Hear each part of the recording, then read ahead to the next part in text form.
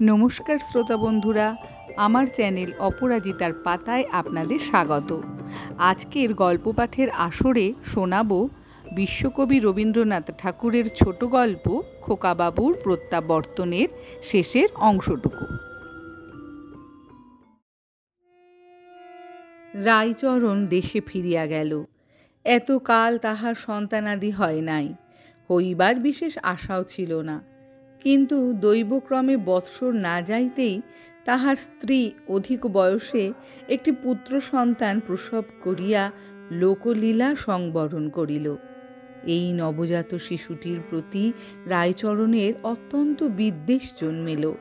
মনে করিল এ যেন ছল করিয়া খোকাবাবু স্থান অধিকার করিতে আসিয়াছে। মনে করিল প্রভুর একমাত্র ছেলেটি জলে ভাসাইয়া নিজে পুত্র সুখ উপভোগ করা যেন একটি মহাপাতক। রায়চরণের বিধবা ভগ্নী যদি না থাকিত, তবে এ শিশুটি পৃথিবীর বায়ু বেশি দিন ভোগ করিতে পাইত না। আশ্চর্যের বিষয় এই যে এই ছেলেটিও কিছুদিন বাদে চৌকাঠ পার হইতে আরম্ভ করিল এবং সর্বপ্রকার নিষেধ লঙ্ঘন করিতে সকৌতুক চতুরতা প্রকাশ করিতে লাগিল। এমনকি ইহার কণ্ঠস্বর, হাস্যক্রন্দনধ্বনি অনেকটা সেই শিশুরই মতো। একদিন যখন ইহার কান্না শুনিত, রায়চরণের বুকটা সহসা ধরাস করিয়া উঠিত। মনে হইত দাদাবাবু রায়চরণকে হারাইয়া কোথায় কাঁদিতেছে।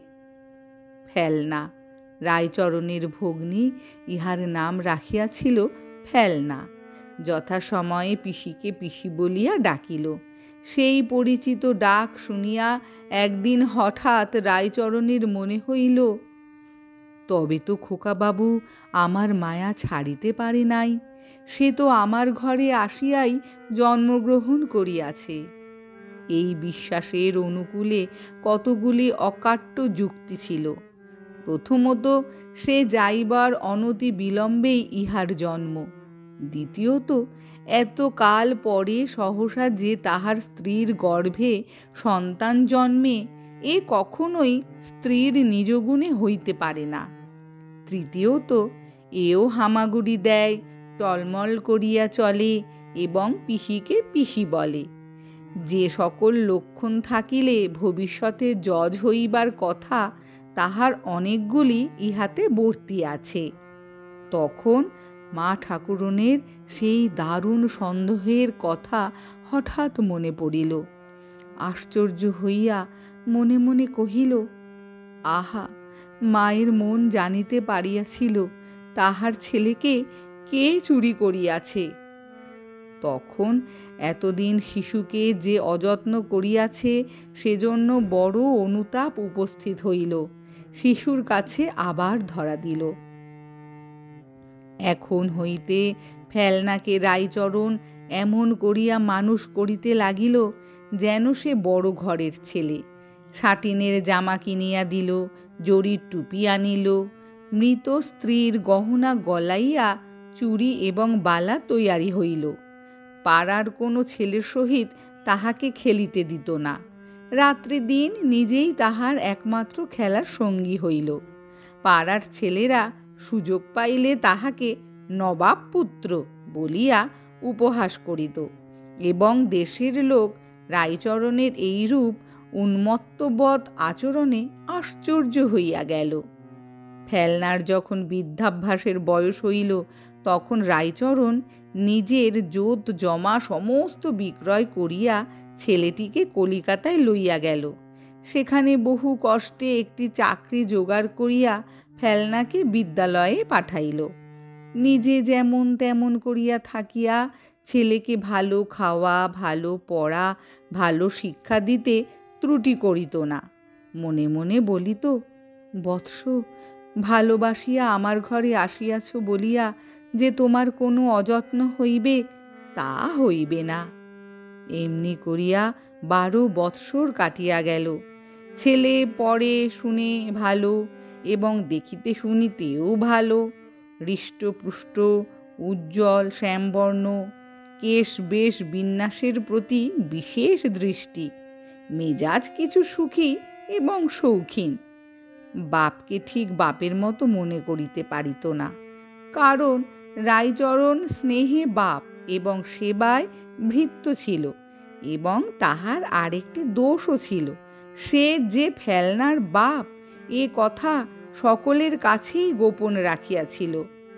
যে ছাত্রনিবাসে ফেলনা বাস করিত সেখানকার ছাত্রগণ বাঙাল রায়চরণকে লইয়া সর্বদা কৌতুক করিত, এবং পিতার অসাক্ষাতে ফেলনাও যে সেই কৌতুকালাপে যোগ দিত না তাহা বলিতে পারি না। অথচ নিরীহ বৎসল স্বভাব রায়চরণকে সকল ছাত্রই বড় ভালোবাসিত এবং ফেলনাও ভালোবাসিত, কিন্তু পূর্বেই বলিয়াছি ঠিক বাপের মতো নহে, তাহাতে কিঞ্চিৎ অনুগ্রহ মিশ্রিত ছিল।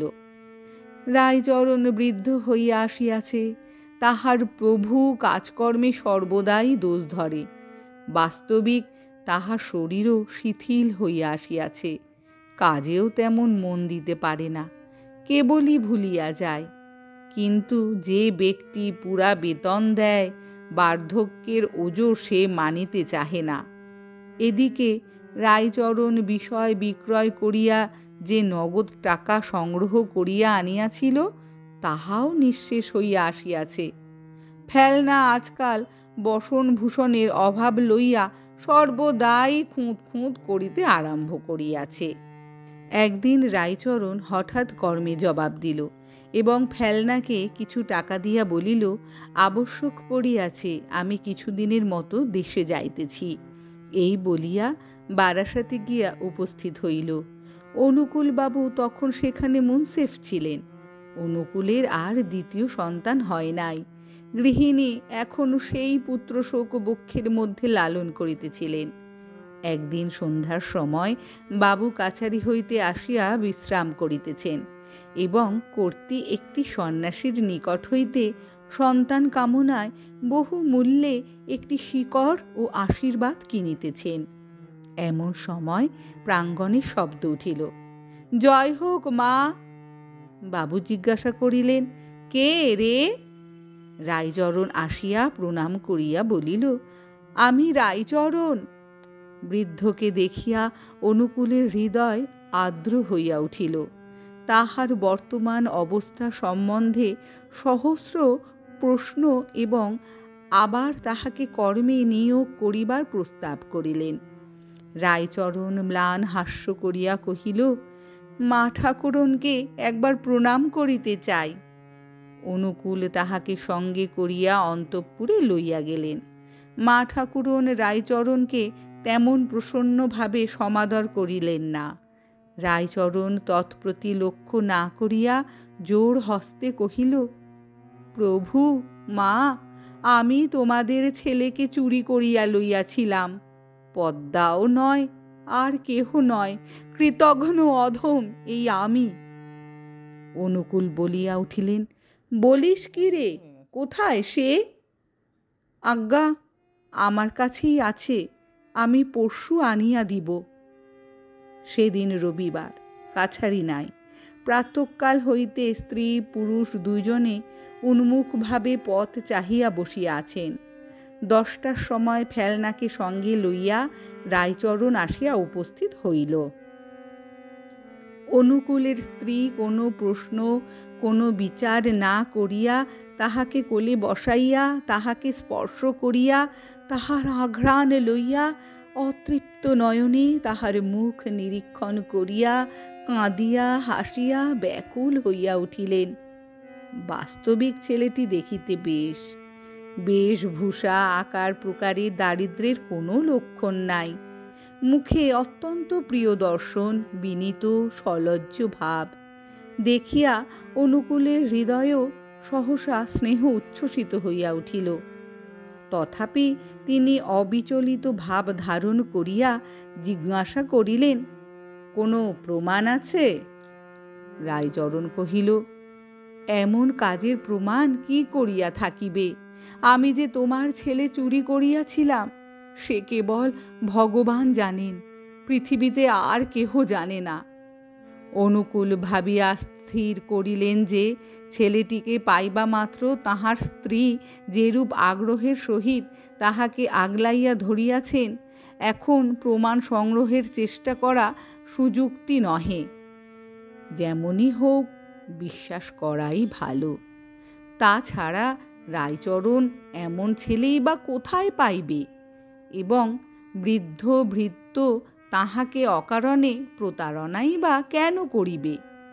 ছেলেটির সহিত কথোপকথন করিয়া জানিলেন যে সে শিশুকাল হইতে রায়চরণের সহিত আছে এবং রায়চরণকে সে পিতা বলিয়া জানিত, কিন্তু রায়চরণ কখনো তাহার প্রতি পিতার ন্যায় ব্যবহার করে নাই, অনেকটা ভৃত্যের ভাব ছিল।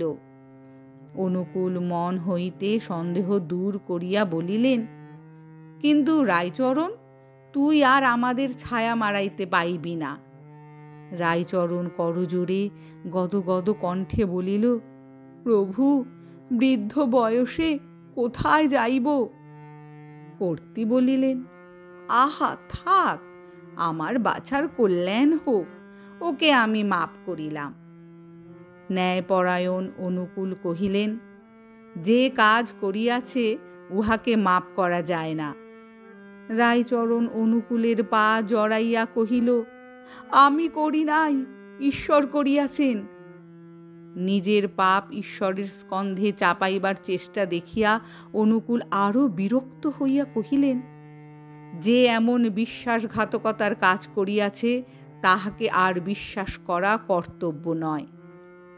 রায়চরণ প্রভুর পা ছাড়িয়া কহিল, সে আমি নয় প্রভু। তবে কে? আমার অদৃষ্ট। কিন্তু এরূপ কৈফিয়তে কোনো শিক্ষিত লোকের সন্তোষ হইতে পারে না।